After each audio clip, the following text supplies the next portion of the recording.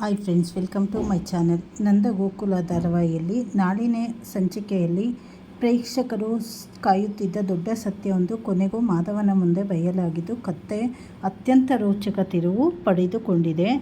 ಸಂಚಿಕೆಯ ಆರಂಭದಲ್ಲಿ ನಂದ ಮತ್ತು ಗಿರಿಜಾ ಇಬ್ಬರು ತುಂಬ ವರ್ಷಗಳ ನಂತರ ಒಟ್ಟಿಗೆ ಹೊರಗೆ ಹೋಗಲು ರೆಡಿಯಾಗಿ ಬರ್ತಾರೆ. ಇದನ್ನು ನೋಡಿದ ಮೀನಾ ಮತ್ತು ಮನೆಯವರೆಲ್ಲರೂ ಒಟ್ಟಿಗೆ ದೇವಸ್ಥಾನಕ್ಕೆ ಹೋಗೋಣ ಎಂದು ಇವರ ಕಾಲೆಳೆಯಲು ತಮಾಷೆ ಮಾಡ್ತಾರೆ. ಕೊನೆಗೆ ಮೀನಾ, ನಾವು ಸುಮ್ಮನೆ ತಮಾಷೆ ಮಾಡಿದೆವು ಮಾವ.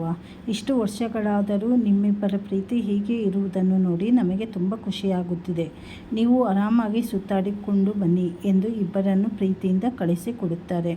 ಮಾವ ಮತ್ತು ಅತ್ತೆಯ ಈ ಸುಂದರ ಸಂಸಾರವನ್ನು ನೋಡಿ ಅಮ್ಮು ಮತ್ತು ಮೀನಾ ಇಬ್ಬರು ನಮ್ಮ ಸಂಸಾರವು ಎಷ್ಟೇ ವರ್ಷವಾದರೂ ಇದೇ ತರಹ ಖುಷಿಯಾಗಿರಬೇಕು ಎಂದು ಆಸೆ ಪಡುತ್ತಾರೆ. ಮತ್ತೊಂದೆಡೆ ಹೋಟೆಲ್ನಲ್ಲಿ ಮಾಧವ ಮತ್ತು ಪ್ರಿಯಾ ಇಬ್ಬರು ಖುಷಿಯಿಂದ ಮಾತನಾಡುತ್ತಾ ಕುಳಿತಿರುತ್ತಾರೆ. ಪ್ರಿಯಾ ಕೈ ತೊಳೆಯಲು ಹೋದಾಗ ಅವಳ ಫೋನ್ಗೆ ತಾಯಿ ವೀಣಾ ಅವರಿಂದ ಕಾಲ್ ಬರುತ್ತದೆ. ಪ್ರಿಯಾ ಇಲ್ಲದ ಕಾರಣ ಮಾಧವನೇ ಫೋನ್ ರಿಸೀವ್ ಮಾಡ್ತಾನೆ. ಆದರೆ ಮಾಧವ ಫೋನ್ ಎತ್ತಿ ಹಲೋ ಎನ್ನುವಷ್ಟರಲ್ಲಿ ಲೈನ್ನಲ್ಲಿದ್ದ ವೀಣಾ ಅವನೇ ಪ್ರಿಯಾ ಅಂದುಕೊಂಡು ಮಾತಾಡಲು ಶುರು ಮಾಡ್ತಾರೆ.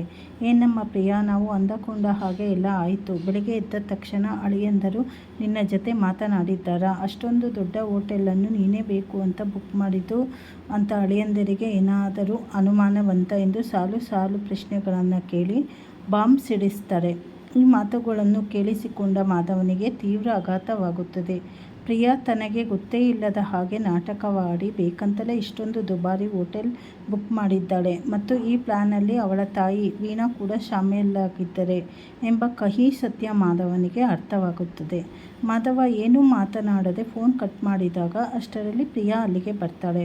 ಮಾಧವನ ಮುಖ ನೋಡಿ ಏನಾಯಿತು ಎಂದು ಕೇಳಿದಾಗ ಮಾಧವ ನೇರವಾಗಿಯೇ ಪ್ರಿಯಾ, ಈ ಹೋಟೆಲನ್ನು ನೀನೇ ಬೇಕು ಅಂತ ಬುಕ್ ಮಾಡಿದ್ದಾ ಅಥವಾ ಗೊತ್ತಿಲ್ಲದೆ ಮಾಡಿದ್ದಾ ಎಂದು ಪ್ರಶ್ನಿಸ್ತಾನೆ. ಆಗಲೂ ಪ್ರಿಯಾ ಸುಳ್ಳನ್ನೇ ಮುಂದುವರೆಸಿ, ಅಷ್ಟೊಂದು ದುಡ್ಡು ಅಂತ ಗೊತ್ತಿದ್ದರೆ ಯಾರು ತಾನೇ ಬುಕ್ ಮಾಡ್ತಾರೆ, ನನಗೆ ನಿಜವಾಗಿಯೂ ಗೊತ್ತಿರಲಿಲ್ಲ ಎಂದು ನಾಟಕವಾಡ್ತಾಳೆ. ಅಷ್ಟರಲ್ಲಿ ವೀಣಾ ಮತ್ತೆ ಪ್ರಿಯಾಂಗೆ ಫೋನ್ ಮಾಡುತ್ತಾರೆ.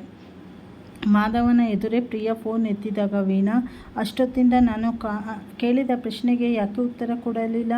ಅಳಿಯಂದ್ರು ಪಕ್ಕದಲ್ಲೇ ಇದ್ದಾರಾ ಎಂದು ಕೇಳ್ತಾರೆ.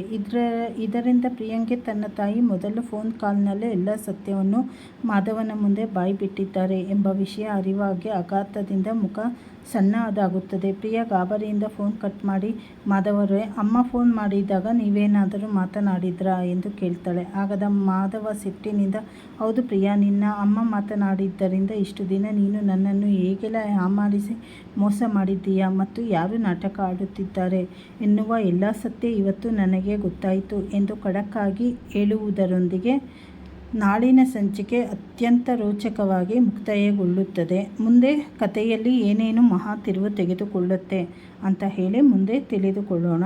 ಹೊಸದಾಗಿ ಯಾರ್ಯಾರು ಚಾನಲ್ ನೋಡ್ತಾ ಇದ್ದೀರಾ ಚಾನಲನ್ನು ಸಬ್ಸ್ಕ್ರೈಬ್ ಮಾಡ್ಕೊಳ್ಳಿ, ಹಾಗೆ ಲೈಕ್ ಮಾಡಿ, ಪೂರ್ತಿ ವಿಡಿಯೋ ನೋಡಿ.